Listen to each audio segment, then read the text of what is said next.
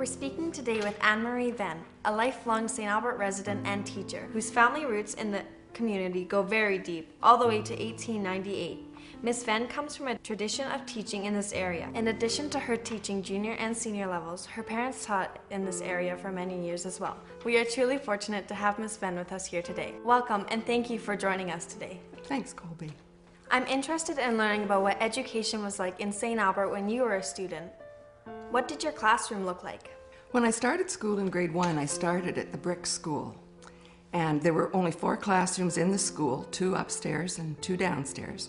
In each classroom you had a cloakroom which was behind the main blackboard. And in that cloakroom you also had a little container for water because there was no running water. Then as I progressed through schools in St. Albert, there was the little white school. Then we went to what was the Percy Page Center. Now I think they call it the incubator, business incubator. Then for high school in grade 12, we went to what is now Father Jan, and that was St. Albert High. And then after I had graduated, even after I finished teaching here, the new high school was built. Approximately how many people were in one classroom? Probably about 25 would be an average, I would say. When I started teaching in the 1960s, it was up closer to 30, 35, and we even reached 40 one year. Was there more than one grade level in the same room? Sometimes, not usually, but in the old brick school there was, because there were only 4 classrooms for 12 grades.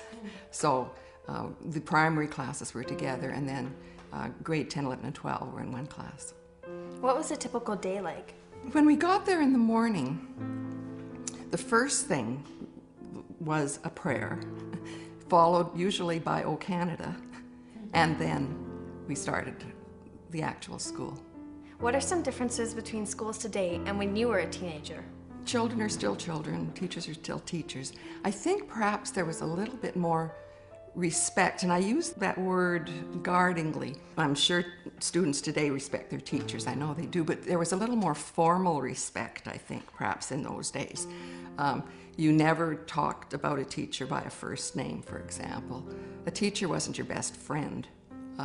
Your teacher was someone who wore a suit and tie, or for the women, a suit, no pantsuits, had to be a skirt. And there was just I'd say more formal than today.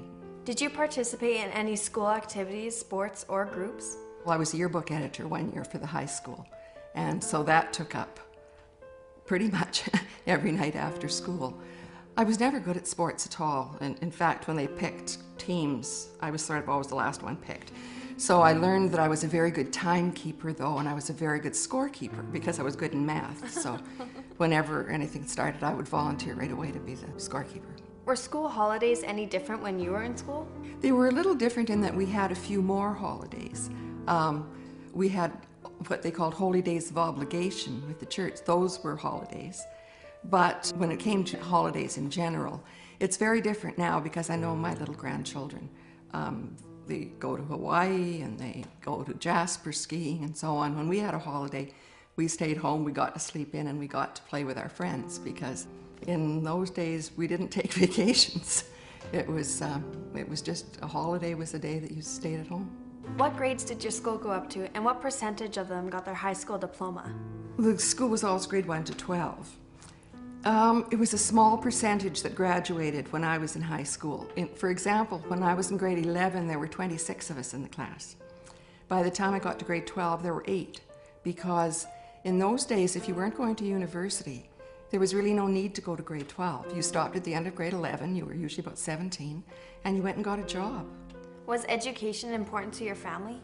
Very. My mother and father were both teachers, so it was never, what are you going to do when you get out of school? It was when you finish school and go to university.